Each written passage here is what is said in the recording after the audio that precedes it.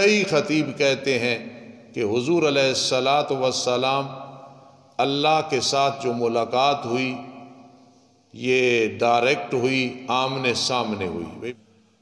موضع کی مسح کی مدت کیا ہے؟ استاد جی تیمم وضو اور غسل دونوں میں کر سکتے، چلتا رہے گا انشاءاللہ۔ رجب میں نبی اکرم صلی اللہ علیہ وسلم کو معراج ہوئی، رجب کا مہینہ ہے۔ سوال ہے بھائی، سب خطیب معراج کا واقعہ بیان کرتے ہیں اور کئی خطیب کہتے ہیں کہ حضور علیہ الصلاۃ والسلام اللہ کے ساتھ جو ملاقات ہوئی یہ ڈائریکٹ ہوئی، آمنے سامنے ہوئی۔ بھئی بات سنو، یہ بات دیوبندی کرے، یہ بات اشاعتی کرے، حیاتی کرے، مماتی کرے، بریلوی کرے، اہل حدیث کرے، کوئی بھی کرے، یہ بات بالکل غلط ہے کہ ڈائریکٹ ملاقات رسول اللہ صلی اللہ علیہ وسلم کی آمنے سامنے اللہ کے ساتھ نہیں ہوئی۔ کیوں؟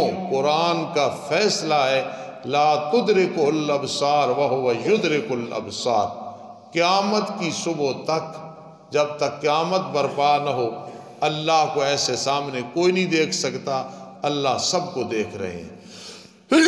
اگر خواب میں کسی کو زیارت ہو، جس طرح امام احمد بن حنبل رحمہ اللہ کو ہوئی، اس کا انکار نہیں ہے۔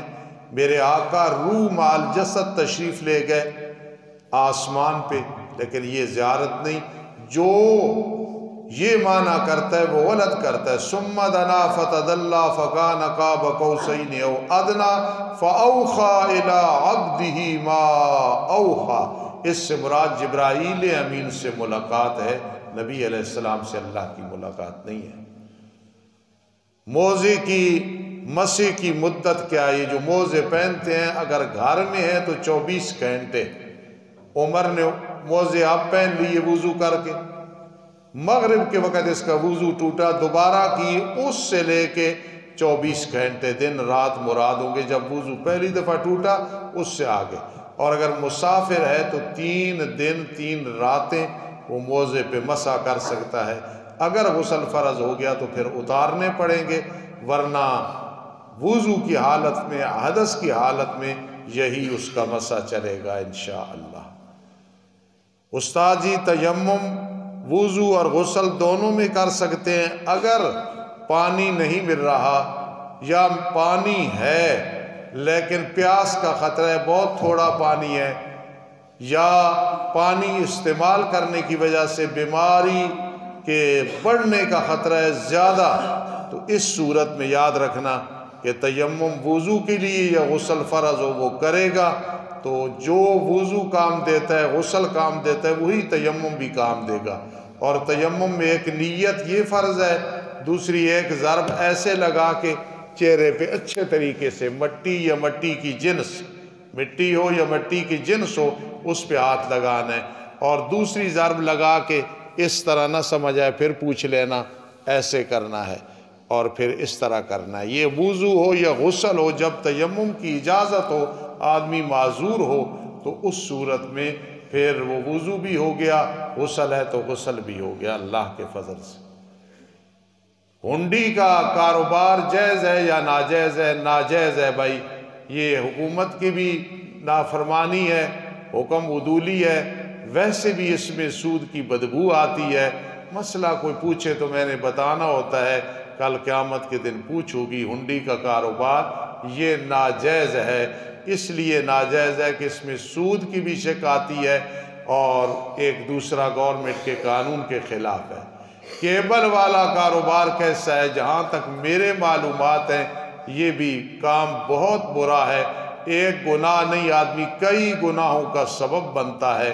اگر یہ کاروبار کرنے والے لوگ ہوں ان سے پرہیز کرو، انہیں سمجھاؤ اور ان کے ساتھ کھانا پینا اور اس چیز سے باز آؤ۔ ہم نے مسئلہ بتانا ہے، کوئی عمل کرے نہ کرے اس کی مرضی ہے۔ ابھی خطبہ اور جماعت اور بعد میں ایک بہت مبارک کام ہے آج، کہ جو لڑکے مشکات شریف مدرسے میں پڑھتے ہیں، ہر سال آخری حدیث پڑھائی جاتی ہے، اگلے جمعے میں بخاری شریف اور اب مشکات شریف۔ مشکات شریف میں تقریباً 6000 حدیثیں ہیں اور اس کو سٹور کہا جاتا ہے۔ جتنی سیاہ ستہ کی حدیثیں ہیں، بخاری، مسلم، ترمذی، ابو داؤد، نسائی، ابن ماجہ، وہ ساری مشکات شریف میں ہیں۔ سید عنایت اللہ شاہ بخاری رحمہ اللہ فرماتے تھے جو مشکات پڑھا لیتا ہے وہ بخاری بھی پڑھا لیتا ہے۔ مشکات ایک بہت بڑی کتاب ہے، اس سال بڑے ذہین لڑکوں نے پڑھی ہے، اور انہیں میں نے جس دن بخاری شریف کا آخری سبق علمی پڑھایا تو میں نے ان کو بخاری شریف شروع کرا دی ہے کہ تاکہ شیطان کو موقع نہ ملے کہ بخاری مکمل ہو گئی تو بس ختم ہو گئی، نہیں، شروع کرا دی ہے۔ یہ اگلے سال ساتھی بخاری شریف پڑھیں گے انشاءاللہ۔ ابھی نماز کے بعد ان کا سبق ہوگا، بہت توجہ سے سننا اور مختصر سی دعا ہوگی، پھر دوہرا دوں کہ اگلے جمعے میں سستی نہ کرنا، طلباء کی دل شکنی نہیں کرنی، حوصلہ افزائی کرنی ہے۔ میرے بھائی بدیالوی صاحب کا بیان بڑی تفصیل کے ساتھ انشاءاللہ آپ نے سننا ہے، اور کوئی ساتھی آج جائے نہیں، انشاءاللہ خیر و برکت۔